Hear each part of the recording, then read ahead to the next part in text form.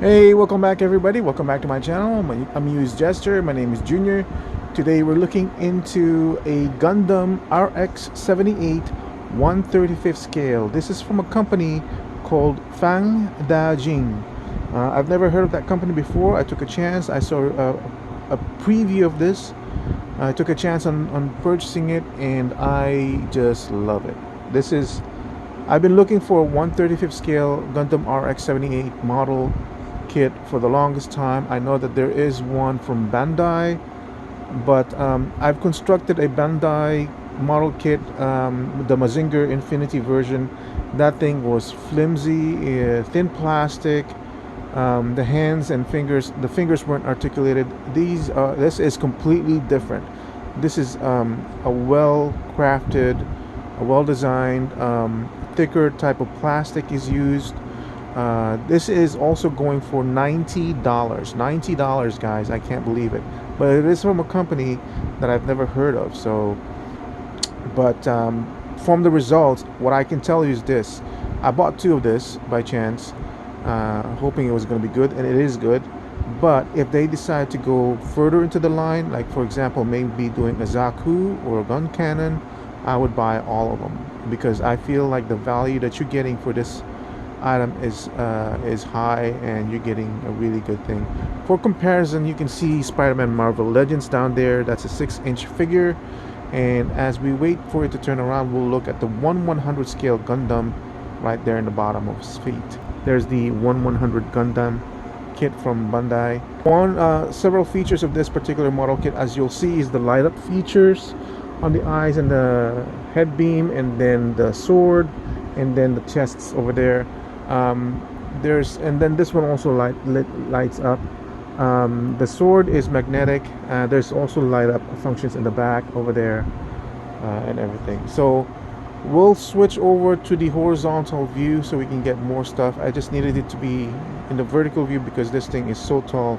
Oh, by the way, in case you're interested in the height of this thing, as it's turning, let's see, to wait until it gets to the front. There's a small 1/100 scale Gundam, if you guys are interested. To the very top of his head crest, it is around 20 inches. And then to the very top of the sword beam, it's probably going to be around 20.5 inches.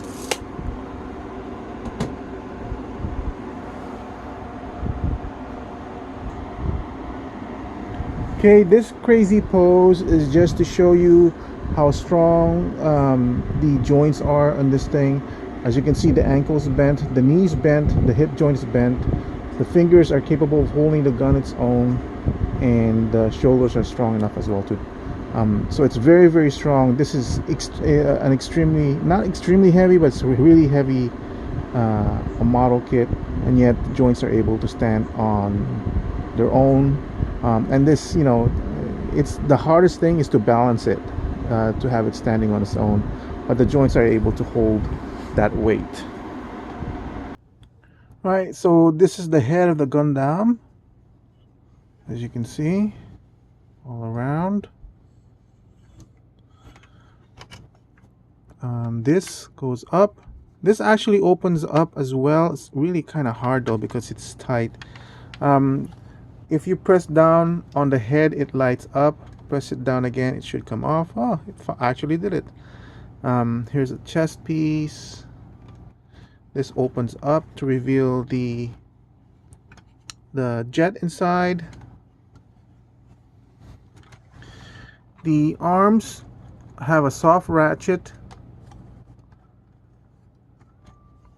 This one has a ratchet outside too. Yes. Bicep and bicep, elbow joints. These fingers were really, really hard to construct because there's like 7 or 8 pieces on each finger, and that almost made me want to quit because it was that so complicated. Well, not complicated, but just like a lot of pieces that you have to kind of deal with. Okay. The articulation is just on the waist. It's limited by the fact that this, well, let's see. Let me remove the waist. It's just easier just to show it like that. The way the arms are connected to the body is just by post, and it's just solid plastic. There's no rubber in it. So eventually, if you keep moving it around, keep articulating it, eventually it's probably gonna wear off. In which case, maybe I would suggest applying what do you call those? Those nail polishes, nail polish to coat the surface to make it more, to give it a little bit more grip on there. These flaps are all articulated, by the way, since I'm already here. These legs, so let me see if I can move it right, does have ratchets going backwards and forwards, but the twist in this one, these are so tight that it's really hard to twist. So just be careful when you're moving it. This is really thick. It's thick plastic, but still, because of the amount of weight and how big it is, it's really, you're pushing a lot of you're applying a lot of force. So when I'm twisting it, you'll probably see that all my efforts are basically here holding the piece in, so that's not further stressing the material. Watch this knee joint as I turn it.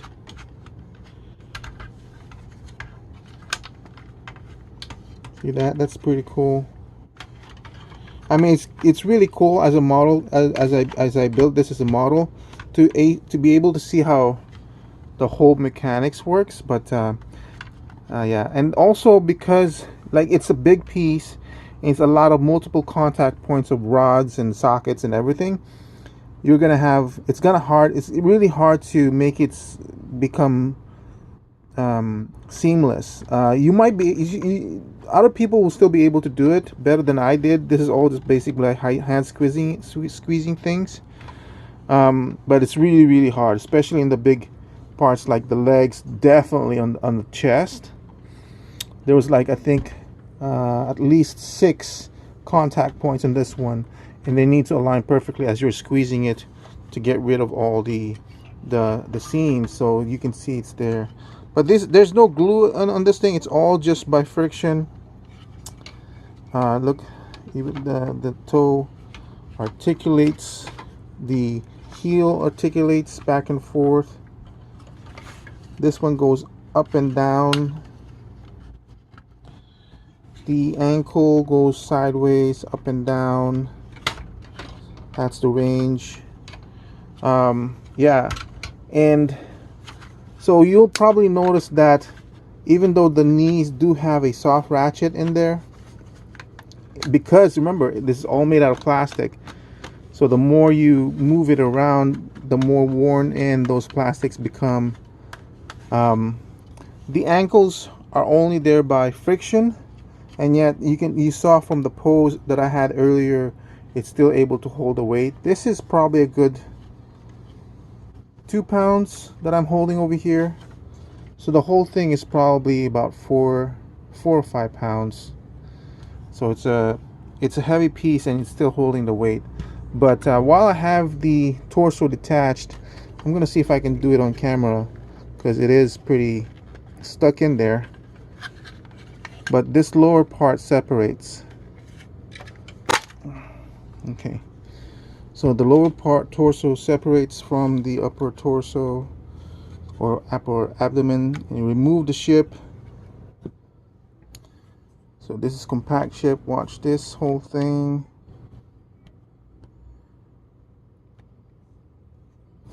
And extend this to reveal the cockpit of the plane, and then extend this part to reveal the wings. This is probably the flimsiest part of the construction because of how thin these plastics are, and I'm not entirely sure if I put it in to get correctly, but that's flimsy in terms of like it moves around, it's not steady, and This sometimes comes apart or folds open. I also want to compare something. This is the wing for the Bandai Mazinger Infinity version. I want to show off how thin this plastic is. It's basically almost as thin as the wing. See that? That's why this wing feels so flimsy, and that's why this whole kit from Bandai feels so flimsy that it's not even able to hold the weight of the item itself. And also the fingers in this one, as I've shown you, is articulated. The Mazinger Z from Bandai, also the 1/35 scale, right? The one that I'm comparing this to. The fingers are not articulated. I also want to point out that inside this whole Gundam kit is basically plastic that are equal to the thickness of this plastic. As you can see, this is the kind of plastic that they used, how thick it is. And then you compare this to the Mazinger Z version. Look at how thin that plastic that they use in this one. I can't believe it. For a model kit that's maybe 100 scale, 1/20th scale, this thickness of plastic might be okay, but for something that's 1/35 scale, it's definitely not. That thing was so light. I was so bummed by it. And when I purchased it, I think it was $150. This is $90 for all the stuff that's coming with it, and the design and the use of plastic that they use is pretty cool. On the shield, this comes up and down to open the guard over there. This one actually does go up and down as well on ratchet railings, but I don't recommend pulling it all the way up and pulling it all the way down, because this is the release point. If you pull it all the way up, you'll eventually be able to pull this off, so just make sure you don't do that. This one goes around like so, goes like that. This one also goes up and down. That's the shield. And then let's look at the gun over here.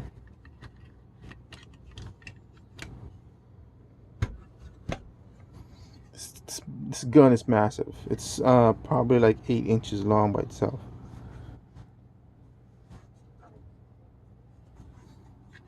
Let's measure it.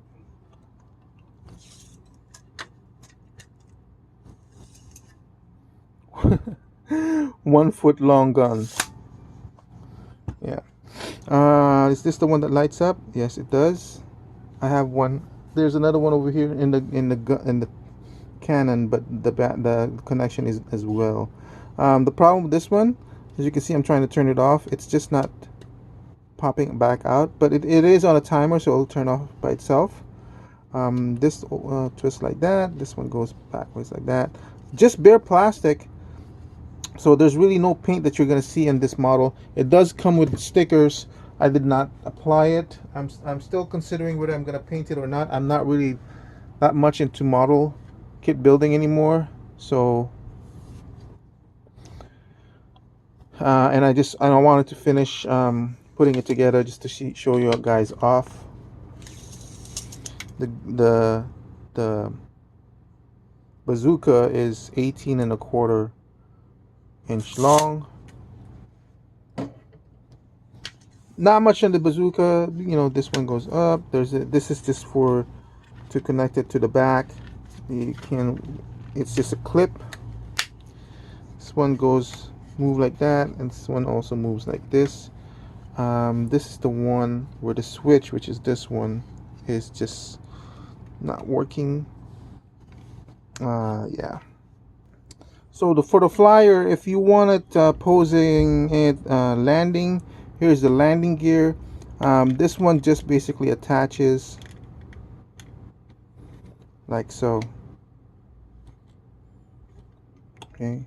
Yeah, you have it can't be there's just no way to design it into the piece, I guess. Push that in, close this up. Oh, I forgot on the flyer.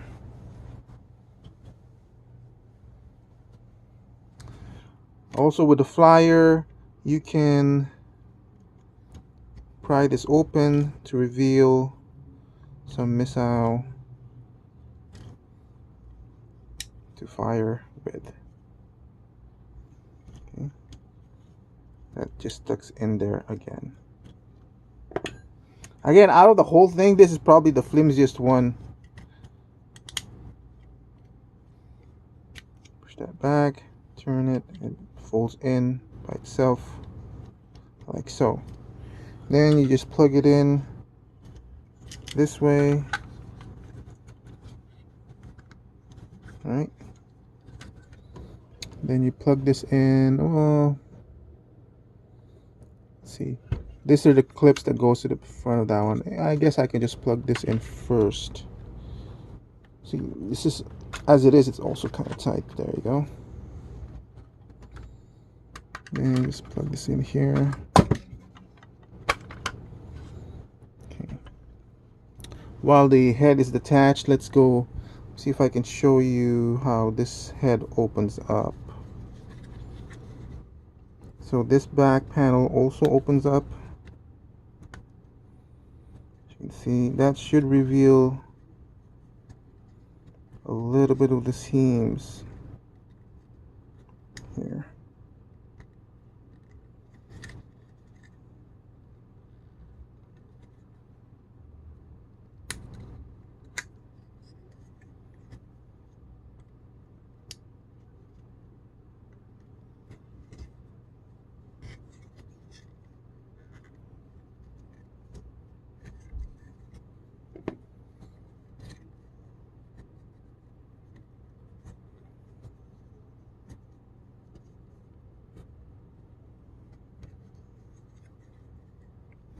I'm just gonna do one side and this one opens up as well.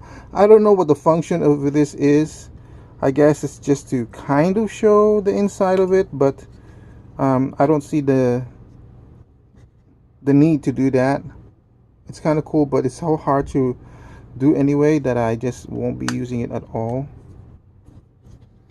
And the one thing that I'll probably glue is this head crest, because it does keep popping off however much you push into it.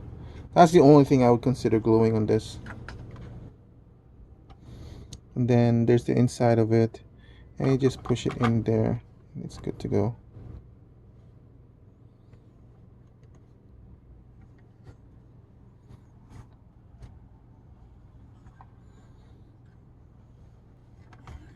I also want to show the back side of this now that it's free. It does light up. One of my batteries is out, so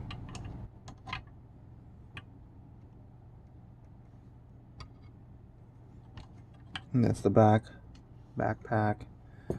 Yeah, you can just push it in if you want to. Close this up again.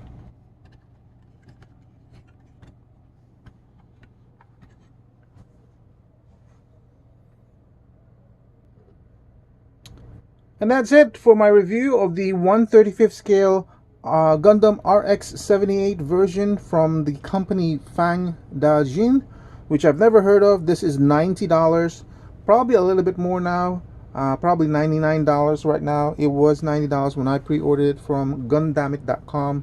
Again, they're not a sponsor of mine. I'm just telling you that for my personal experience, this is my first purchase from that store, which is a sister store of ShozzyStore.com, which I have purchased numerous purchases from them for over 5 years, and I've never had any problems, and any issues that I've had from them they've taken care of. Not necessarily fast, because it is China. The shipping for this one took about a month and a half by sea, but it is free shipping, at least to the United States. So I don't know about which country you're in, or if you're gonna get free shipping, but check out that site anyway. And the other issue I had with Gundamit.com was the payment issue, because I usually want only to pay by PayPal, and they're having issues right now with PayPal, but I had to do a workaround going through Shozzy Store, buying credits off of that site, which apply to Gundamit.com. Anyway, that's my personal experience. It was really hard to find where this one was being available for pre-order, because it is an unknown company. It's an unlicensed product. But I think I saw it in AliExpress, but I'm more leery towards that than at least with Gundamit. I had a history with Shozzy that I could rely on. So if you find a store that you're comfortable purchasing with and this is available, I highly recommend it. Again, the price for me was good, and in the value that I'm receiving for this item, it's really, really good. And again, I would say that if they were to come out with more models in this scale with this kind of work, then I would keep on buying more stuff from them, even though I really don't have any room for this. But it's just an opportunity to get a model kit of the size that I wanted. I've been wanting it for over 5-10 years, ever since I heard about the 1/35 scale RX78 from Bandai. But that's going for $150, if not more so right now. But you know, it's up to you guys. If you want to buy that or this one, I would recommend this one instead. Thank you for watching. I hope you guys found it enjoyable and informative. I'll see you guys soon on the next channel, on the next review. Goodbye.